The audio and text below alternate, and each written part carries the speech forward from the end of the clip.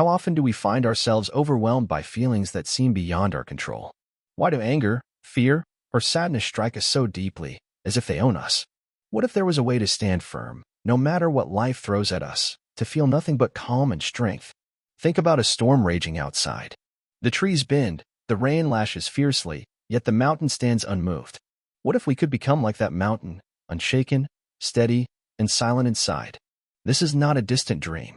It is a way of living, a discipline rooted in ancient wisdom, a path walked by men and women who faced hardship and pain but never let their emotions break them. Welcome to Book Boost, where we explore truths that build us stronger every day. If you want to rise above chaos and discover your inner power, you're in the right place. Remember to like, comment, share, and subscribe. Your journey to mastery starts here. Please drop down your one thought on believing yourself in comments. The power to control our emotions is not a gift reserved for a few. It is a skill we can all learn. The Stoics taught that destructive emotions come from mistaken judgments. They said that if we train our minds to see things clearly, with reason and calm, we can free ourselves from anger, fear, and sorrow. Marcus Aurelius, the Roman emperor and philosopher, wrote, "You have power over your mind, not outside events. Realize this, and you will find strength." In this video, we will walk together through 6 powerful rules that shape a person into an unshakable force, emotionless not because they lack feeling, but because they have learned control. We will uncover the mindset that turns pain into peace, weakness into strength. Stay with us, because by the end, you will understand what it truly means to be steady in a storm, to be the mountain, not the tree. We live in a world that demands our attention, pulling us toward endless desires and fears. Every day, our minds chase after outcomes, whether it is success, approval, or comfort. Yet, it is this very chasing that steals our peace and binds us to turmoil. To begin the journey of becoming truly emotionless in the Stoic sense, we must first learn to detach ourselves from the outcome. This is not an easy task. Our nature is to hope for good and fear the bad. But when we place our happiness or peace in the hands of external events, we surrender our power. Imagine for a moment the weight you carry when your mind constantly clings to how things should be, instead of accepting how they are. The Stoics taught that the root of suffering is not in the things themselves, but in our judgments about them. Epictetus, a former slave turned philosopher, said plainly, "It's not what happens to you, but how you react to it that matters." This is a call to wake up and realize that control lies only within our own minds, never in the world outside. If we allow ourselves to be slaves to chance, we will forever be tossed like leaves in the wind. To detach from the outcome means to shift our focus from the future and the uncertain to what we can control, the effort we give, the choices we make, and the attitude we carry. When you begin to measure your actions by their own virtue, rather than by the results they bring, your peace begins to grow.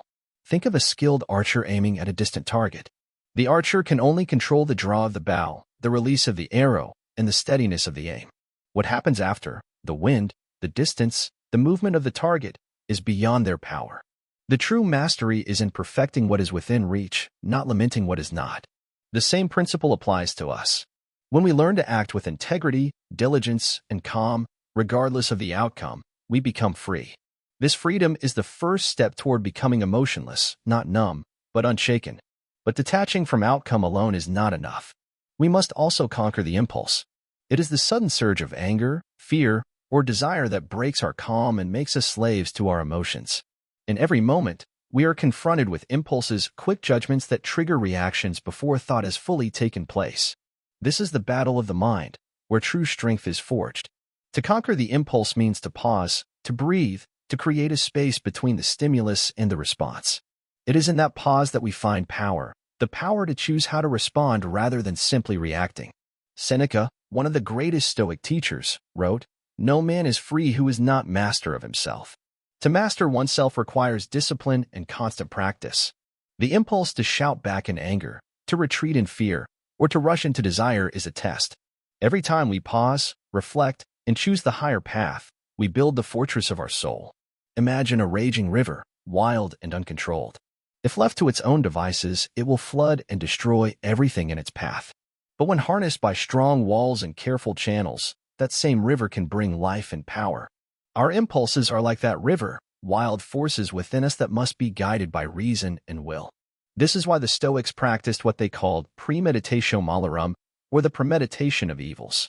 They would regularly imagine the worst-case scenarios, not to despair, but to prepare their minds to face whatever comes without panic or bitterness. When you have already faced the storm in your mind, the real storm cannot shake you. The impulse to react emotionally loses its grip when we have trained our minds to expect hardship, disappointment, and loss. We begin to understand that these things are part of life's fabric, neither good nor bad by themselves. What matters is our response. To conquer the impulse, we also need to recognize the fleeting nature of feelings. Emotions surge like waves, strong, sudden, and overwhelming. But if we watch them carefully, we see that they rise and fall, always passing. By reminding ourselves that no feeling is permanent, no pain or anger eternal, we weaken their hold over us.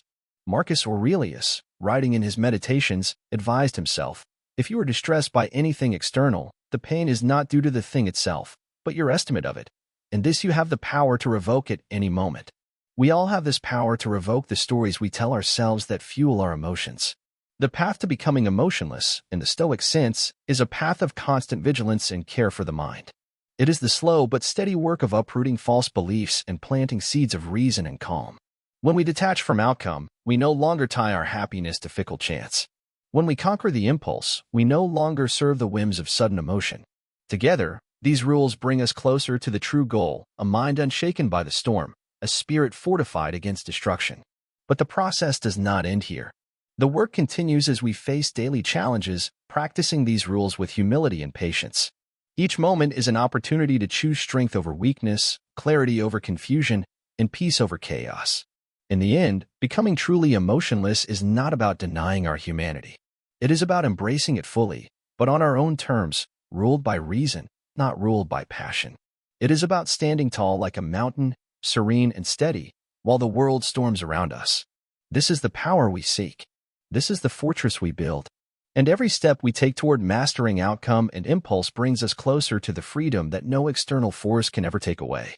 Rule 3 and 4. Embrace voluntary discomfort. Build the fortress within. We live in a world where comfort is sold to us like a reward. Soft beds, warm meals, easy distractions, they surround us, and slowly, they make us weaker. Not because comfort is wrong, but because it steals our edge when it becomes our master. The Stoics believed something very different. They taught that strength does not come from comfort, it comes from discomfort. But not the kind that surprises us, not the kind life throws at us without warning. No, they spoke of discomfort we choose, discomfort we welcome, the kind that builds us instead of breaking us. When you walk outside on a cold morning without a coat, by choice, your body may tremble, but your mind becomes sharper. When you sleep on a hard floor instead of a soft bed for a night, not out of punishment, but out of training, you remind yourself, I am not afraid of less. And when you delay your meals, or train your body beyond its ease, you whisper to the world, I do not need luxury to be strong. I only need myself. Seneca, one of the greatest Stoic minds, wrote, set aside a certain number of days, during which you shall be content with the scantiest and cheapest fare, with coarse and rough dress, saying to yourself, is this the condition I feared? What was he doing? He was practicing being poor, so that he would never fear it. He was rehearsing suffering, so that when real hardship came, it would find him ready. This is not about punishment. It is about training. We train the body to handle weight. We must also train the mind to handle pressure, pain, and uncertainty. When you learn to find peace in discomfort, life begins to lose its power over you. Now, beyond the physical, there is another kind of strength, the kind that lives quietly inside us, a hidden place where no one else can enter. The Stoics called it the inner citadel, a fortress within you, not made of stone, but of values, of self-control, of truth. The outer world is loud. People may insult you. Circumstances may betray you. Loss, pain, failure, they will all come. But inside your citadel, none of that can enter unless you allow it. It is the one place where you choose what to feel, what to think, and what to believe. Most people live outside themselves. They are dragged by every emotion, every opinion, every noise. They are like leaves in the wind. But the Stoic walks differently, quietly, steadily, with purpose. Not because they are cold, but because they are clear. They know something that most forget. We suffer more in imagination than in reality. Fear grows in the mind before it appears in the world. Pain becomes worse when we resist it.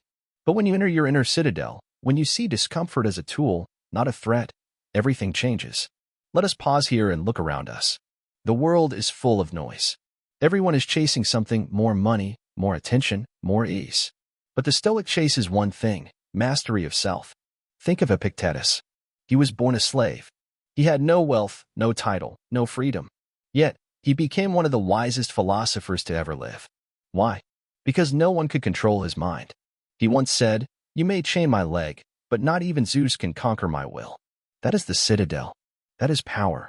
To be emotionless in the Stoic sense is not to be empty. It is to be full of understanding. To feel emotions rise, but not be ruled by them. To see discomfort coming and not run, but open the door and say, "Welcome. Teach me." So, how do we begin this in our own lives? Start small. Take cold showers. Walk in the rain. Wake before the sun. Speak less. Listen more. Fast from things you think you can't live without, not forever, but for a day or two. These small acts, done in silence, shape your mind. They remind you that your happiness is not in comfort. It is in your control. The modern world tells us to chase feeling good.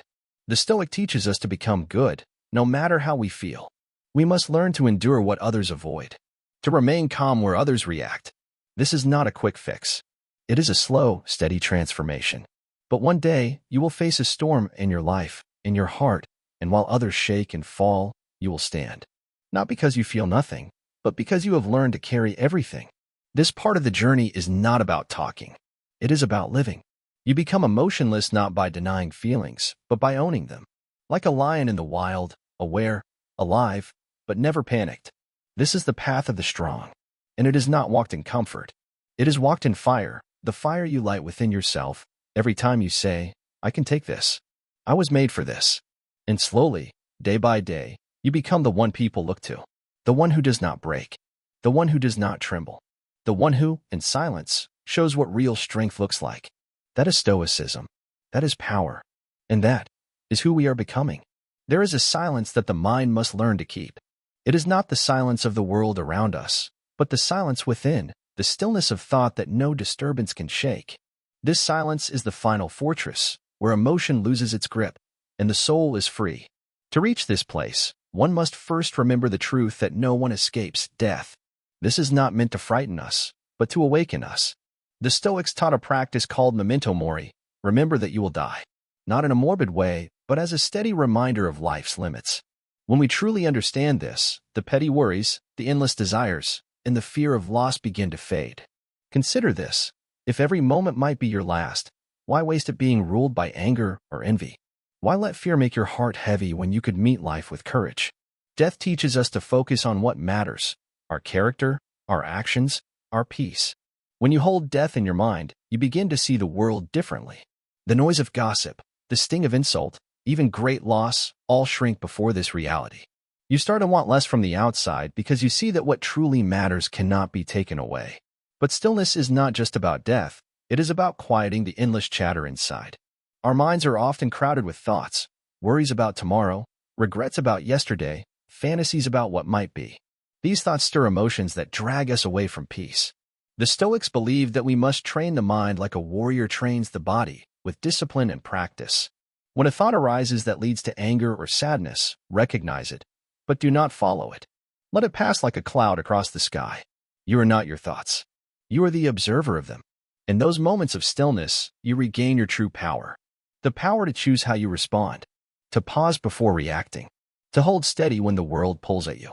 This is the ultimate form of freedom, freedom from being a slave to your emotions. When you can hold this silence, even for a moment, you begin to live as a true Stoic, unshaken by praise or blame, untouched by fear or desire, standing firm like the mountain against the storm. This freedom is hard-won. It is earned by constant effort, but it is possible and it is worth every struggle. The path is not easy because the world is designed to pull you into chaos. Every day, you will face people and events that challenge your calm. But remember the words of Epictetus, who was once a slave but became a great philosopher: "It's not what happens to you, but how you react to it that matters." This means no matter what comes, the choice is yours. You can choose to be shaken, or you can choose to stand firm. As you practice this silence, you will find a new strength growing inside. It is the strength of self-control, the strength of patience, the strength of wisdom. You will learn to accept what you cannot change, and change what you can with courage and calm. There will be moments of failure. Moments when the old emotions flood back and threaten to overwhelm you. Do not be discouraged. This is part of the journey. Each time you notice your mind slipping into chaos and gently bring it back, you are becoming stronger. Each time you refuse to be controlled by anger or fear, you are training yourself to be free. The mountain does not rise overnight. It is formed slowly, layer by layer, stone by stone. This is the art of becoming emotionless, not to kill feeling, but to master it. To feel deeply but never be broken by feeling. To stand in the middle of the storm, calm and unyielding. To know that no matter what happens outside, you have an inner place no one can touch. This place is built with the practice of remembering death and holding the silence inside. Hold this knowledge close. Let it guide you. And remember, the greatest victory is victory over yourself.